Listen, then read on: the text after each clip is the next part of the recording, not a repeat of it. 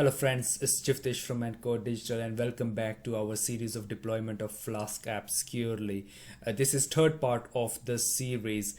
In the previous part, in the first part, we looked into our Flask API and the website, and we dockerized it, and we looked how we can secure MySQL via SSL certificates. In the second part, we set up our virtual machine securely. We did log down the root access, we enabled the SSH, we set up the firewall, and we installed the Docker. So this is part 3. If you haven't looked into the part 1 and 2, have a look. It is in the series. So in this particular part, we're going to set up a domain. So we're going to point our domain to the virtual machine, and then we're going to deploy our application to Linux server. But before we deploy, we're going to change our Docker file so that we can include the Nginx proxy manager. Then later on you will see we will set up the SSL certificates from the Let's Encrypt for HTTPS, and we will see how we can load balance. We're going to run multiple containers for API and website. And then I will show you how our API works with the API rate limiting in memory first, and which will not work because we're going to run the multiple containers, but then we're going to fix it by pointing to Redis. So we'll use the Redis to make API rate limiting work. So lots to cover in this session, so let's crack on, guys. Okay, now we will point our domain to our virtual server for both our application as well as for the API. In order to do that so we need a domain first. So I already have a domain which I purchased from the Namecheap. You can use any domain registrar, but I normally use Namecheap. To be honest, they are quite good, but like I mentioned, you can use any of them. So once you have purchased a domain, so you can go into the manage section. Now each and every domain registrar would have different, but basically we want to go to the DNS, advanced DNS. So for Namecheap, if I go to the manage, and then within a manage, I will go to the advanced DNS. So within the advanced DNS, we will be setting up the A record so that we can pass on. So I will delete this one because this is by default, and I'm going to add a new record, which is the A record. And then for the A record, our host, we're going to, so first of all, like my domain is my free school, so I want to point that one. So I will say @ which is basically self, and we need to give the IP address. So we now have the IP address of our virtual server, so we will point to that one. So I will add that our IP address. So I can't copy, so I need to type in 109. It is 235.71 and 246. Okay, and I want it to, this gives me option to 1 minute time to live. So you might be different based on domain registrar. Basically this is how quickly it will take, at least to be honest, it takes some while, half an hour or 1 hour to it redirected properly. So that is the one we're going to do. And then I'm going to add so we will use the complete domain name, which is my free school in this case, for the web application.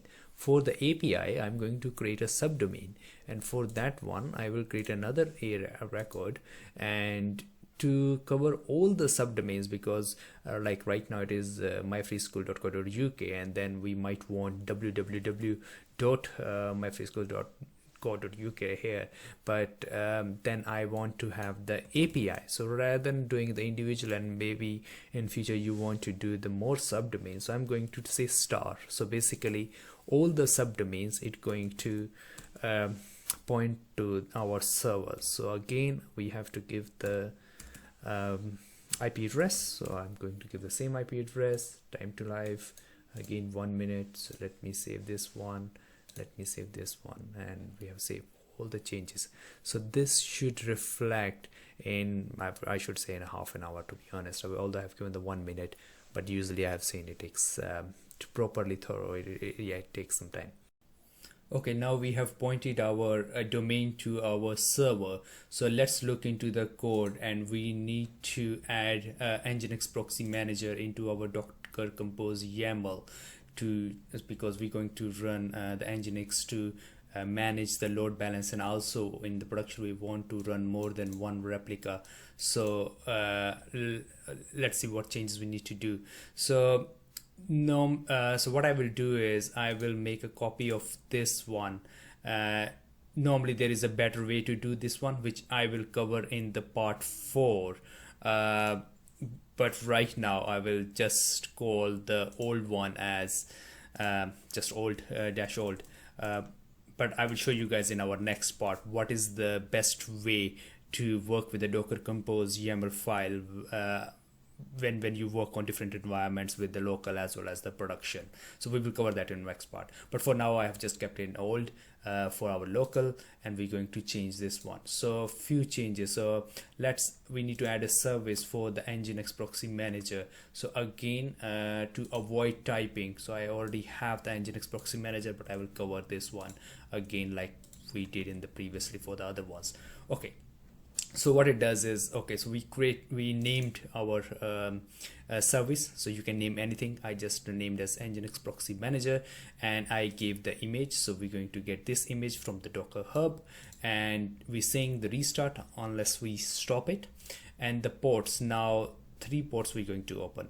One is 8080, which is the web one, so that the traffic can come, and this is HTTP, and then we have the secure one, HTTPS 443 as well. So we're pointing the 443, and that's where when we will do the SSL certificates with HTTPS, that's where the traffic will come. 81 will be used by the admin site of the Nginx proxy manager. So we will reach out to the Nginx proxy manager via 81. So I will show you that one. And then couple of the volumes we have again mapped for the persistent, because from the let's encrypt we're going to get the certificates. So we're going to persist that one and the data of the Nginx proxy manager, because we haven't specified the Nginx proxy manager with any specific database. We can create we can link this one to the MySQL as well, but by default if we don't do that one, then it will use the SQLite. So that's the reason that data will persist as well. And network, we are using our same network so that they can all talk to each other. So that's our Nginx proxy manager configuration. Let me see what else other changes we need to do.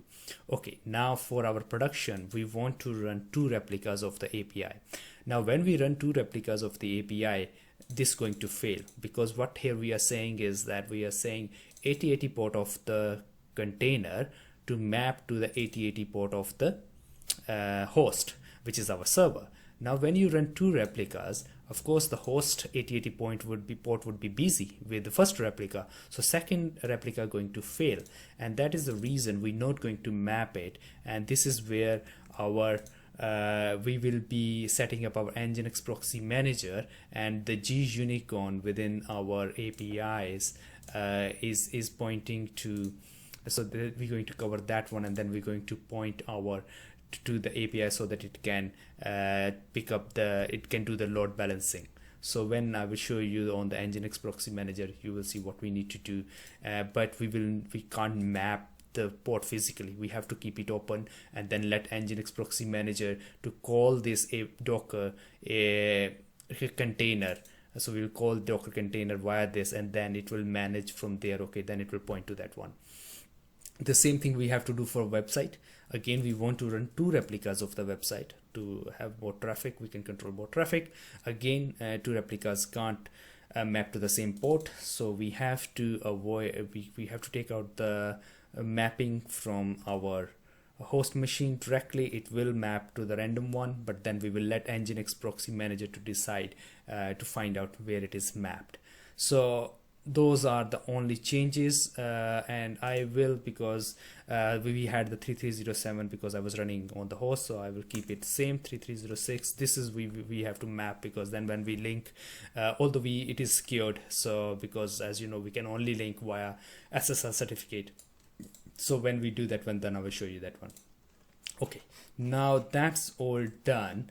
Now let's log into our server. So this is from our last part 2. So we have created our server. So basically I put the, I've already saved it, but basically you put the server name. So let's do rather than that one, but I have already saved. And then we have the, so if I load this one, so for this one you have the SSH authentication setup for that one, which I have saved. So let me go back. So let me load this one. So when I load this one, now if I go to the auth, see we have the already pointed to our the private key which we created for our server. So let me open, and we're going to log in as a user. It is Jiftesh for me, and then it is connected. Okay, so now what I'm going to do is I'm going to create a directory so where we can put the code. So I will just name it code. You can name anything, application or anything like that one. I will just say code.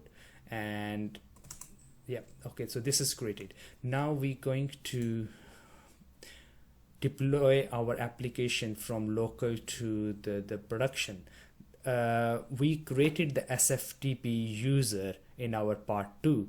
So what we can use is we can use the FileZilla. So if you are in download the FileZilla client, and for that one, so we can say SFTP, and then here and username, which was for me, and then my password for the server. Okay, now SFTP port is by default 2022, but we can't connect just by username and password, as we have stopped that one. We have to provide our SSL certificate. So for that one, I will go to settings, and within SFTP, so I have already added this one. I will remove the key, I will add again. So let's say our key we saved in our Flask series folder under the keys, this private key. So I will give that one, and then we can go and quick connect. So okay, so we are connected, and as you can see, the code folder which we created is there.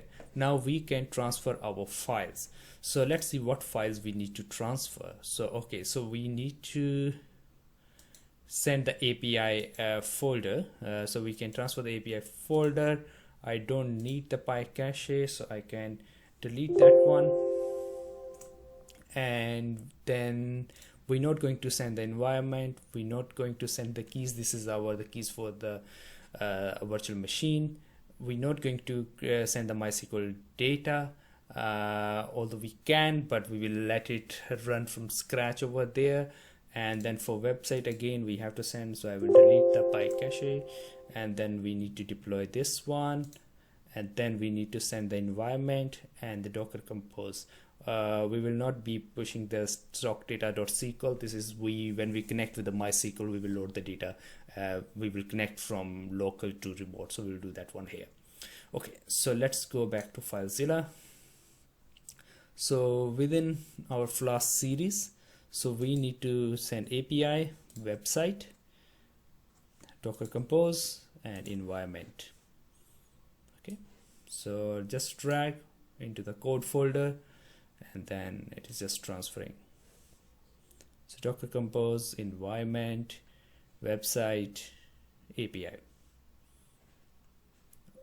Okay, so everything will be downloaded, because in our Docker file we have the requirements. We set up the required should download everything from the requirements file, and the Docker file is within each of those folders. So okay, let's check on our server. So let's go to the code and ls, and we can see our files are there.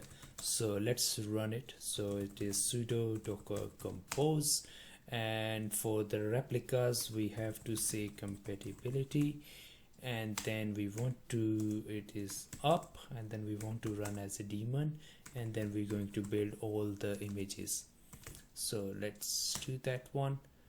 Okay, it's going to get all the images. It will take some time, so I will pause for.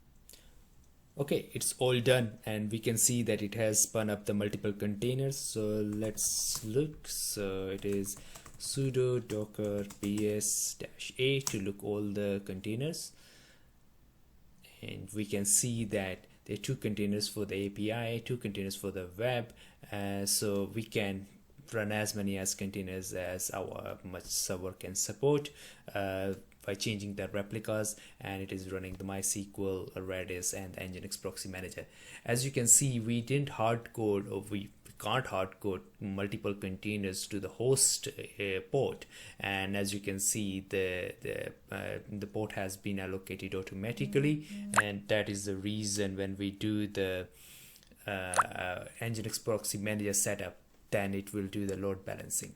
Okay, so it's good. So everything is running up and fine. So let's quickly go to our IP address. So let's go IP address. I'm going to go to the port 81, and we can see our Nginx proxy manager is working. So 81 port is working. So the by default email address of the Nginx proxy manager is admin@example.com, and the by default password is change me.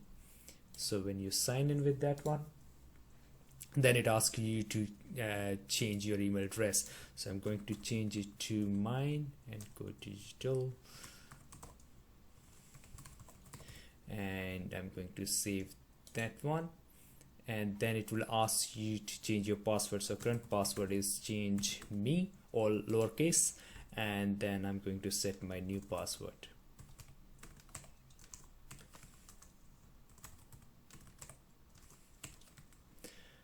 Okay, so there are lots of features within the Nginx proxy manager as setting up the Nginx web server, but we only need 2, which is basically we will set up the proxy host and we need to set up the SSL certificates. So go to the host, proxy host. I will add proxy host. So our domain which we set up earlier for the website is myfreeschool.co.uk.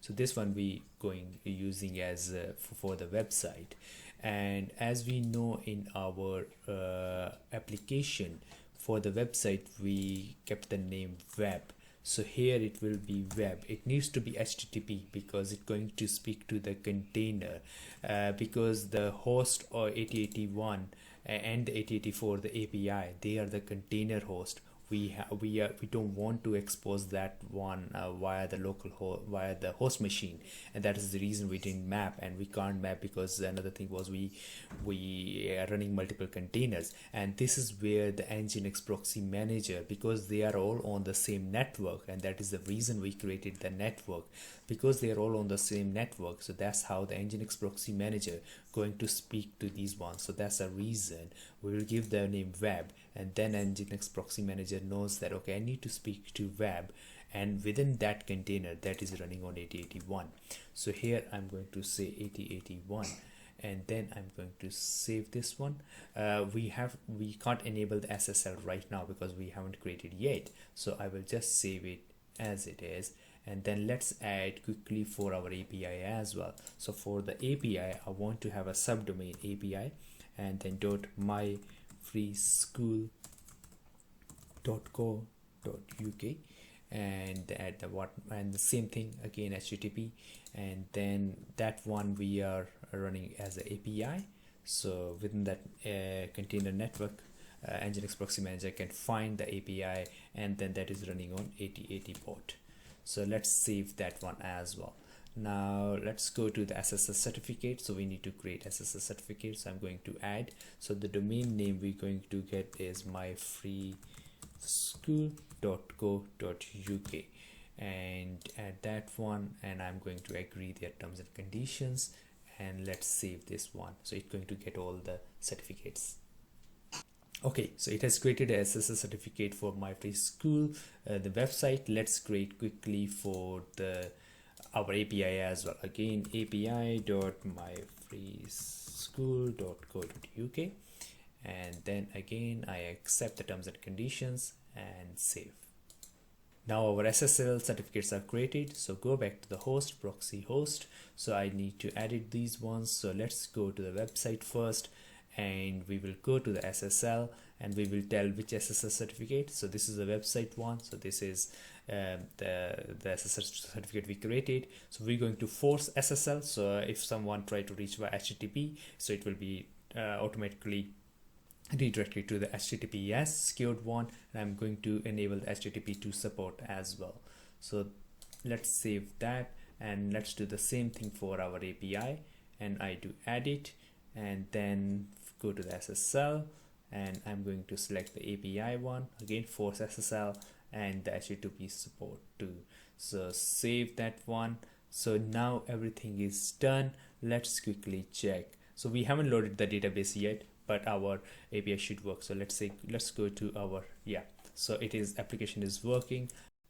Let's quickly check API as well. So yeah, it's showing our container ID, and if I refresh it, see, it is now bringing from different container ID, and that's the reason is because we are running 2 containers for the API and 2 containers for web application. So if you keep on refreshing, it will keep on changing. So that's how the load balancing works, and you can spin up more than 1 container. Same thing we can check on our web application as well. So we have a container, so it is coming from this ID. If I refresh it, then it comes from another ID, so randomly keep on changing. So that's how we can load balance. Okay, so that's all good. Now what we don't have is, so our applications are working fine, but we haven't got the data. So let's quickly load the data. So in order to do that one, let's go to our MySQL workbench, and I'm going to create a new connection. So the host name for us is this IP address. So the port is 3306. That's what we mapped from our container to the host machine. Username is root. The only thing is we have to provide the SSL keys and the certificates. Now our keys and certificates are generated on the server, so we need to copy that one to the local machine. So let's log in into our server. So I'm going to putty, so I've already saved the connection, so I'm going to go at this, and then let's clear it.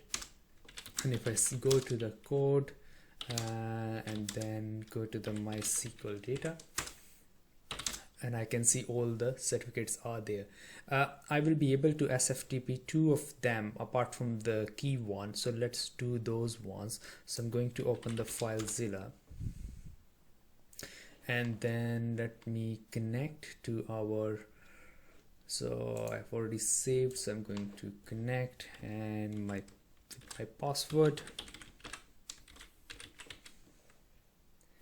Okay, so now I'm connected. So within the code, within the MySQL data, so I have the client certificate and CAPM.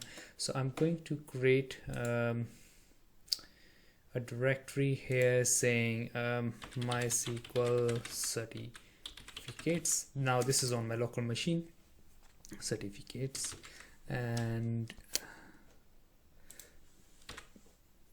okay, and then going to open this one. I'm going to copy the CAPM and client cert to here.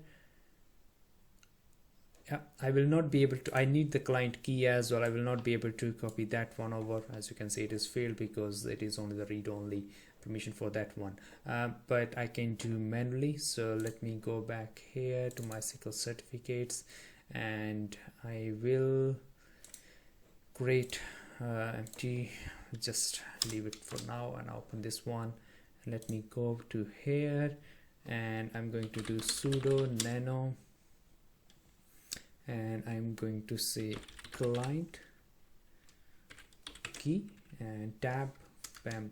So this will ask me my password, and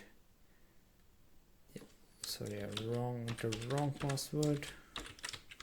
Okay, so now this is our client. Let me pick it, and I'm going to select everything, Control C, and open here, Control V, take out any space, and I'm going to save it, and I'm going to exit this one, and if I go back here, I'm going to rename it client-key.pem.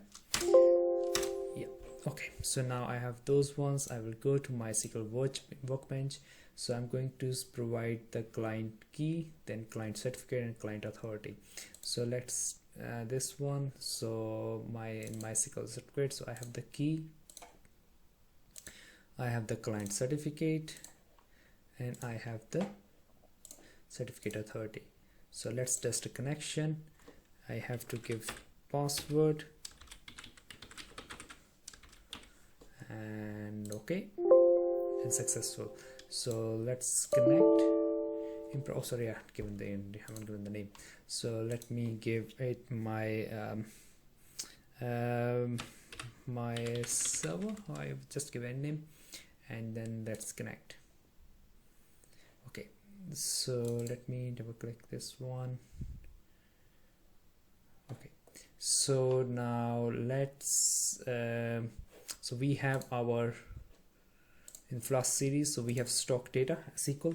So I'm going to go to the let me see, yeah, data import, and then within data import from self-contained file, and I'm going to select that one, this one, and select, and then I'm going to progress and start import.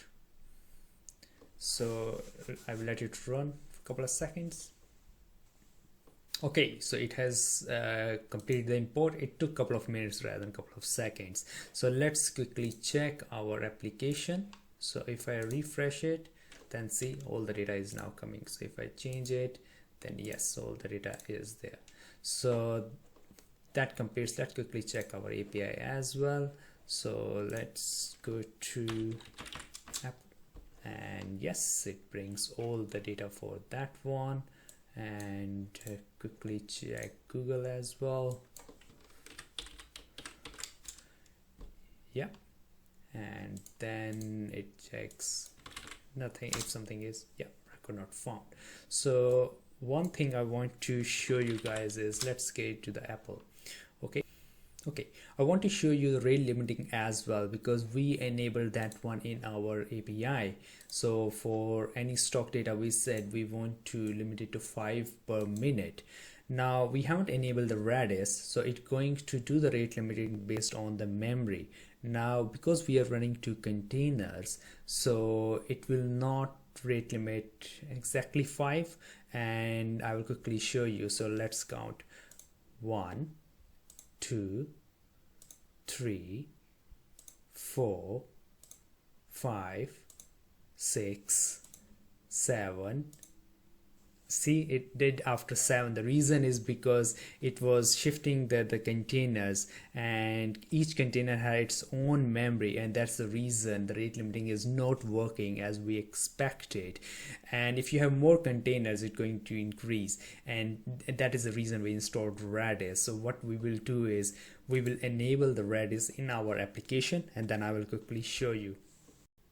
In order to enable Redis, we have to do 2 changes. One is within our limiter, we have to provide the storage UI, and for the Redis, because Redis normally runs on the port 6379, and we haven't changed in our Docker Compose. So let's quickly check. So if I go to cd code and then sudo docker ps-a, and then you can see that the Redis is running on 6379. So that's the, and this Redis is our image name. So here our container name is the Redis. So basically it's saying, okay, Redis, so it is running on Redis, and then within Redis container name, it is running on the port 6379. So that's one change within the API. The other thing is, in our requirements, we haven't installed Redis in a virtual environment, so we have to give the Redis so that our Flask can use the Redis.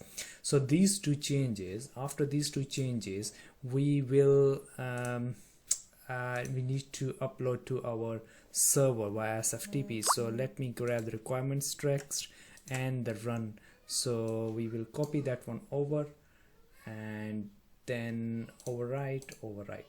Okay, So once it is overwrite, let's go there and let's take down our Docker containers. So sudo docker compose down. So you're going to take all the containers down. So once they are down, I'm going to rebuild it. Sudo docker compose compatibility. I'm up and I'm going to run as a daemon, and I'm going to build, because we have changed the code and I want to install Redis as well within the virtual environment. So if I do this, oh sorry, I did wrong spelling. Okay, so sudo, let me clear. Okay, so let me compatibility. Yeah, okay, now all the containers are up. We can check sudo docker ps-a, and we can see our all containers up and running, and quickly check our application. See if I refresh this, so it is working fine. And if I go to the, oh, because it restarted, it has taken out, that's fine, we don't need this. I'm going to do the api.myfreeschool, and it is running the containers. Okay, good. Now if I go to Apple, so it is now doing okay. So now let's quickly check. So we have just run once, so let's see if it is working. 2, 3, 4, 5, and see, after 5 now it has rate limited. So now our rate limited is working perfectly.